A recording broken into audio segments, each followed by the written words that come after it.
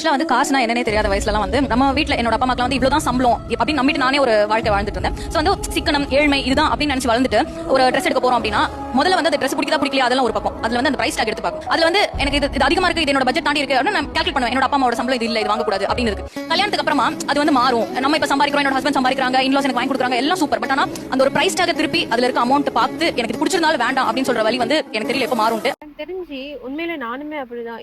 ஏதாச்சும் ஒரு பொருள் வாங்கணும்னா ஃபர்ஸ்ட் பிரைஸ் டேக் தான் பார்ப்பேன். அது எந்த பொருளா இருந்தாலும் சரி ஃபர்ஸ்ட் பாக்குறது அதுதான். இது நான் மட்டும் இல்ல, எல்லா மிடில் கிளாஸும் இப்படிதான். அப்படியே நம்ம கண்டினியூஸா நம்ம பழக்கமா ஆயிடும் அது. ஆனா அது பாக்குறது ஒரு டைம் வந்து வலியா இருந்தாலும் ஒரு டைம் பார்க்கும்போது அது நல்லதுன்னு தான் நான் நினைக்கிறேன். என்ன அப்படின்னா, இப்ப நம்ம ஒரு பொருள் ஒரு பெரிய கடையில போய் வாங்குறோம்னு வச்சுக்கோங்களேன், அதோட ரேட் வந்து ஒரு 500 ரூபாய் இருக்கும். ஆனா அதே பொருள், அதே அதே குவாலிட்டி, அதே மெட்டீரியல் எல்லாமே அதேதான். அதே வந்து வேற இடத்துல வாங்கும்போது கொஞ்சம் பிரைஸ் சேஞ்ச் ஆகும். இப்ப 500 ரூபாய் இருக்கிறது அங்க ஒரு 300 ரூபாய்க்கு கிடைக்கும். ஸோ இந்த மாரி மாற்றமும் இருக்கு. அதனால நெறைய பேர் பிரைஸ் டேக் பார்ப்பாங்க. நானுமே அதுக்குமே பார்ப்பேன்.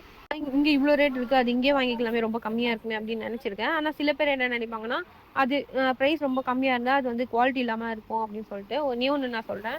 இங்க எங்க ஊர்ல திருவள்ளூர்ல நான் இருக்கேன். திருவள்ளூர்ல வந்து ஒரு பிராண்டட் எக்ஸ்போ ஒண்ணு போட்டிருந்தாங்க. சென்னை ஷாப்பிங்ன்ட்டு ஒண்ணு போட்டிருந்தாங்க. அது என்னோட யூடியூப்ல போட்டிருக்கேன் வீடியோ. அங்க போய் நான் ஒரு 3 பேண்ட் எடுத்தேன்.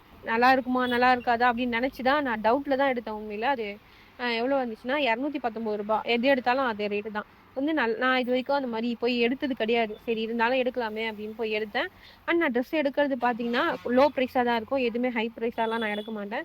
சரி போய் எடுத்து பார்ப்போமே அப்படின்னு எடுத்த ஒரு 3 பேண்ட் எடுத்தேன். அது பிராண்டட் தான். இந்த ட்ரெண்ட்ஸ்லலாம் இருக்கும்ல, அந்த மாரி ஒரு பிராண்டு அது.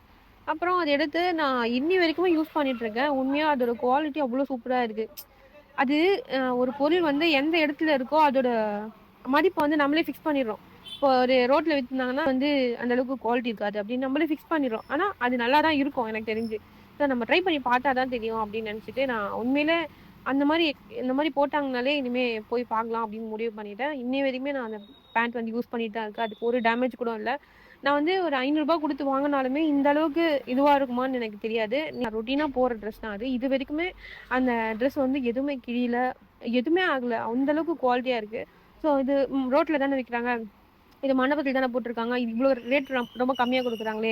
அதோட வேல்யூ எப்படி இருக்கும்னு அப்படின்னு யோசிக்காதீங்க. ஒன்ஸ் வாங்கி பாருங்க. அப்பதான் உங்களுக்கு தெரியும். நான் சொல்றது புரியும்.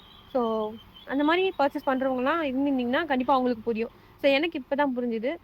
எதுவுமே வந்து நம்ம பார்த்தோ, இல்ல அது அது இருக்கிற இடத்தையே வச்சு நம்ம ஜட்ஜ் பண்ணக்கூடாது அப்படின்னு சொல்லிட்டு. ஸோ நீங்களும் அப்படி இருங்க. அண்ட் பிரைஸ் டேக்ன்றது பார்க்கறது நல்லது தான் நான் நினைக்கிறேன். ஸோ நீங்க என்ன நினைக்கிறீங்கன்னு கமெண்ட்ல சொல்லுங்க. ஓகே.